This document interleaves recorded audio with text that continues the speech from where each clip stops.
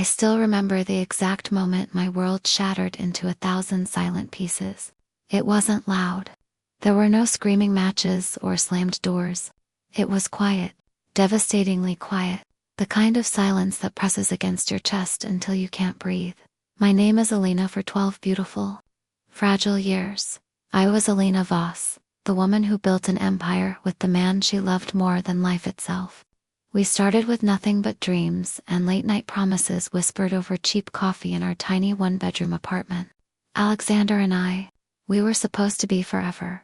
I was the heart of our company, Lumina Creations. I poured my soul into every design, every client pitch, every sleepless night, turning our small interior design firm into a name whispered with respect in the city's elite circles.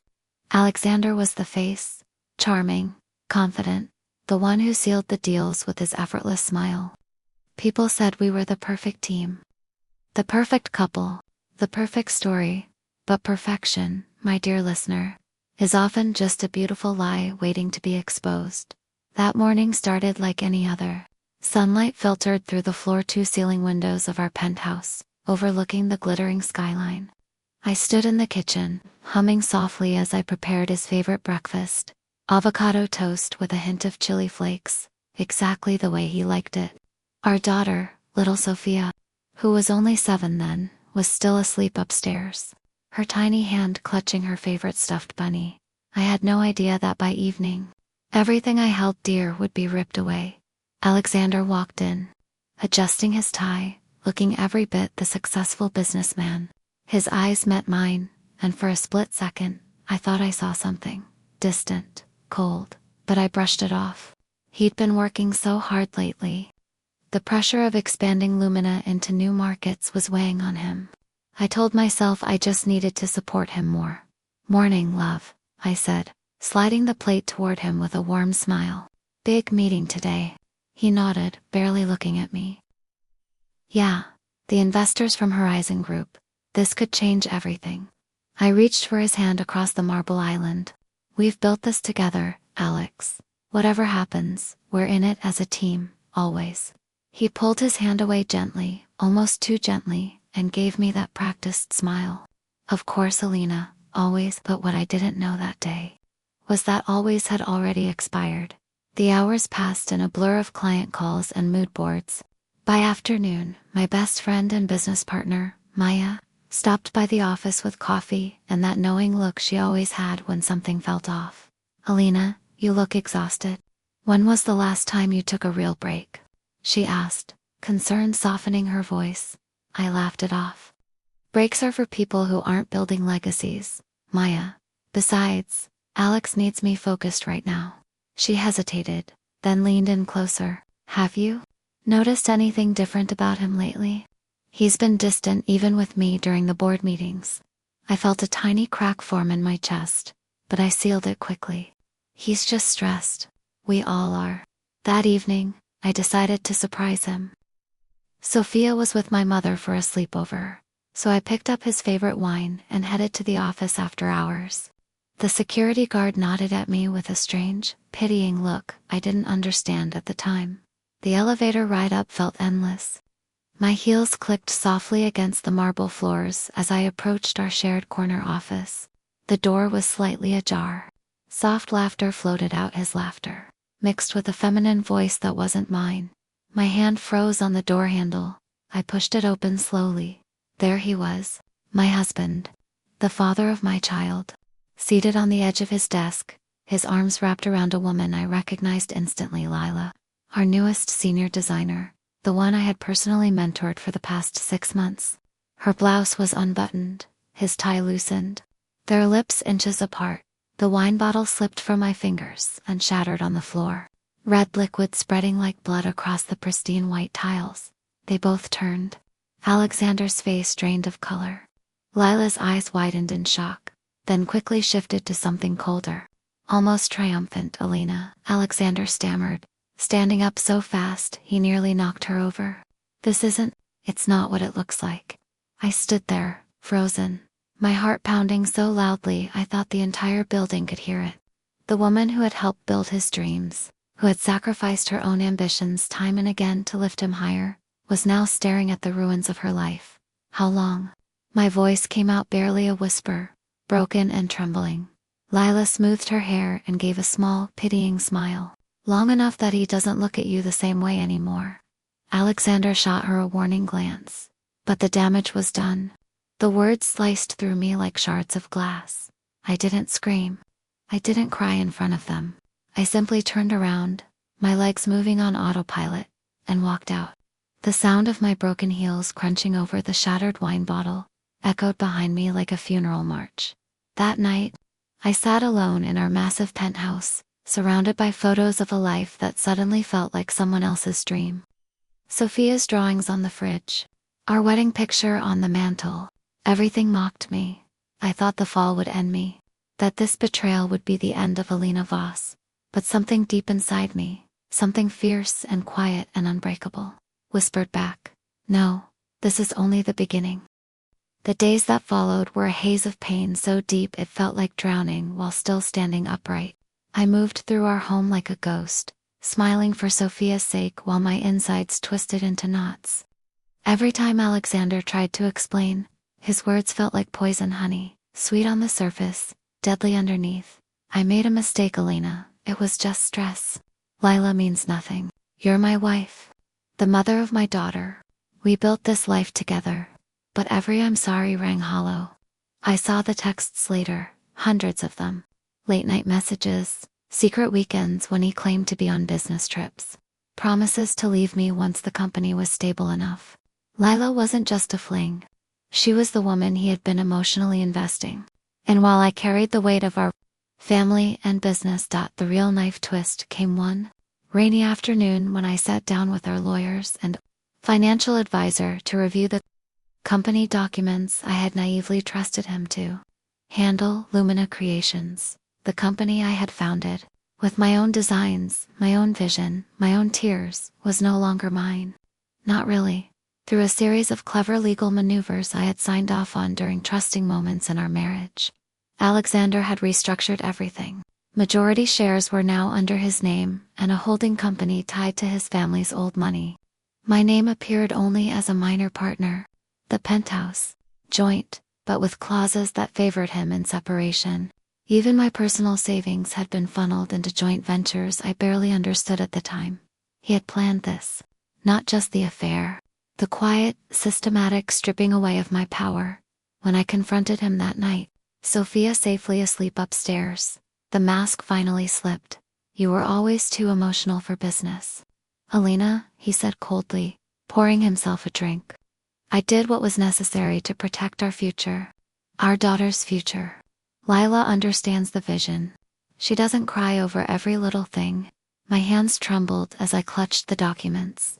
I gave you everything. My youth, my ideas, my heart, and you repay me by stealing my legacy and parading another woman through the office I helped build. He shrugged, that charming smile now twisted into something ugly. People grow apart. You became comfortable, predictable. Lila challenges me. She makes me feel alive again. The words shattered whatever remained of my love for him. Comfortable, predictable. The woman who had supported his every dream was now disposable.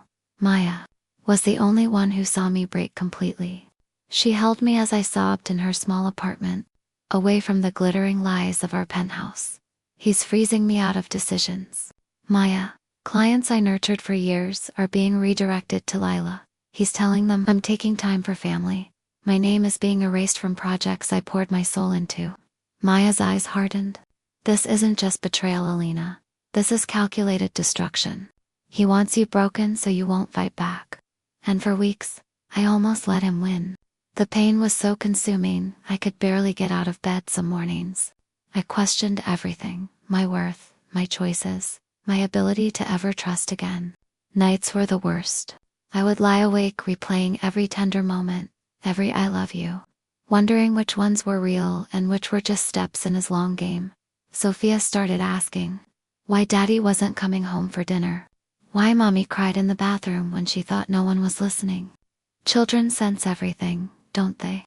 Her innocent questions cut deeper than Alexander's cruelest words. I hit rock bottom the day I walked into the office unannounced and found my desk cleared out. My designs, my notes, even the framed photo of Sophia on my desk, all gone. Leela sat in what used to be my larger office, rebranding the company mood boards with her own aesthetic. Alexander met me in the hallway, flanked by security. "It's better this way, Alina. You need time to heal. We'll work out a generous settlement for you and Sophia. Don't make this ugly. If my pain was an inconvenience to his new chapter, I left that building a shell of the woman I once was, shattered, exposed, destroyed.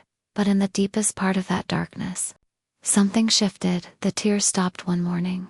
Not because the pain had vanished, but because it had transformed. The heartbreak that once made me curl into a ball now fueled a quiet, burning resolve. I looked at my reflection in the mirror, eyes swollen, face pale, and whispered to the broken woman staring back. "They thought the fall would end us. But watch me rise from these ashes." I started small, quietly gathering evidence. Old emails, financial trails, witness statements from employees who had seen the slow erasure of my contributions.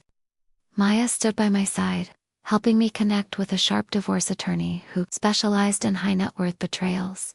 Alexander thought I was too emotional to fight, too destroyed to plan. He had no idea that the woman he tried to bury was quietly rebuilding herself in the shadows. The emotional struggle was brutal. There were nights I still cried for the man I thought he was. Mornings where doubt whispered that maybe I wasn't enough. But every time I looked at Sophia's trusting face, I chose strength over surrender. I sold my jewelry in secret, moved into a modest apartment with Maya's help, started freelancing under a new name, slowly rebuilding my reputation, one honest client at a time. The work was harder, the pay smaller, but it was mine. No one could take that from me. Alexander and Leela announced their engagement 6 months after I walked out of that office. Photos splashed across social media. The happy couple, the new power duo of Lumina Creations. They threw lavish parties while I scraped together money for Sophia's school fees. The betrayal cut deepest when Sophia came home one day asking why Daddy's new friend, Lila, was calling her sweetheart in the videos she saw online. That was the moment my pain fully turned into purpose. I stopped being the victim in my own story. I became the woman who would write the ending. Revenge, I learned, isn't always loud explosions or dramatic confrontations. Sometimes it's quiet, methodical, built on patience and undeniable truth. It took nearly 2 years of careful, painful work. I documented everything. The financial manipulation, the intellectual property theft, my original designs being rebranded under Leela's name, the toxic work environment created to push out loyal employees who supported me. Even recordings of conversations where Alexander admitted to sidelining me for business reasons. My attorney became my quiet warrior. We built a case so airtight it left no room for his charm to wiggle through. The climax came on a crisp autumn morning in a high-rise conference room downtown. Alexander and Leela arrived confident, flanked by their expensive legal team, expecting a simple settlement discussion. They thought I would take whatever crumbs they offered and disappear quietly. I walked in wearing a simple but elegant black dress. No flashy jewelry, no signs of desperation. Just calm, unshakable strength. Maya sat beside me, my rock through it all. The moment Alexander saw the thick binder of evidence on the table, his confident smile faltered. "What is this?" he demanded. My voice was steady, though my heart raced. "This is the truth you tried to bury, Alex. Every email, every redirected client, every lie you told to erase me from the company I built with my own hands." Lila shifted uncomfortably, her earlier triumph replaced by visible unease. The evidence unfolded like a slow, merciless wave. Financial experts testified to the hidden transfers. Former employees spoke about the culture of intimidation. Creative directors confirmed that major award-winning projects credited to Lila were actually my concepts. Stolen and slightly altered. Alexander's face turned pale as the judge reviewed the documents. His attempts to charm the room fell flat against cold, hard facts. In the end, the court ruled heavily in my favor. Lumina Creations faced massive restructuring. Significant shares were returned to me. Compensation for emotional distress and financial damages was awarded. The public scandal that followed, carefully leaked through reputable business outlets, destroyed the golden image they had crafted. Clients pulled out. Investors distanced themselves. The power couple became a cautionary tale whispered in boardrooms across the city. Lila left him 6 months later when the money and prestige dried up. Alexander tried to rebuild, but the stain of betrayal followed him. Last I heard, he was working for a much smaller firm. His charm no longer enough to mask the damage he had caused. I didn't gloat. Not publicly anyway. Instead, I took my restored share of the company and rebranded it completely. Lumina Reborn, a space where creativity, integrity, and respect were non-negotiable. I brought back the employees who had been loyal. I mentored young designers the way I once wished someone had protected me. Sophia thrived. She saw her mother stand tall again. She learned that strength isn't about never falling. It's about how gracefully you rise after the fall. As for me, I found peace, not the naive peace of my old life, but a deeper, wiser kind. I learned to trust again slowly, carefully, starting with myself. I dated when I was ready, but never gave away pieces of my soul so easily again. Looking back now, sitting on the balcony of my new home with a cup of tea, watching the city lights sparkle below, I realized the greatest revenge wasn't destroying Alexander. It was becoming the woman he never thought I could be without him. They thought the fall would end us. They thought the betrayal would break me beyond repair. They thought my story was over, the moment I walked out of that office with a shattered heart. But I came back, stronger, wiser, unbreakable. To anyone listening who has ever been betrayed, who has ever been pushed down and told they were finished, hear this: your pain is real. Your tears are valid, but they do not define your ending. Let the heartbreak forge you. Let the betrayal teach you. And when you're ready, rise. Because the most beautiful stories are often written by those who refuse to stay buried in the ashes. I'm Alina Voss, and this is how I came back. Thank you for walking this journey with me. Remember, your light may dim, but it never truly goes out. Until next time, stay strong, stay true, and never let anyone convince you that your fall is final.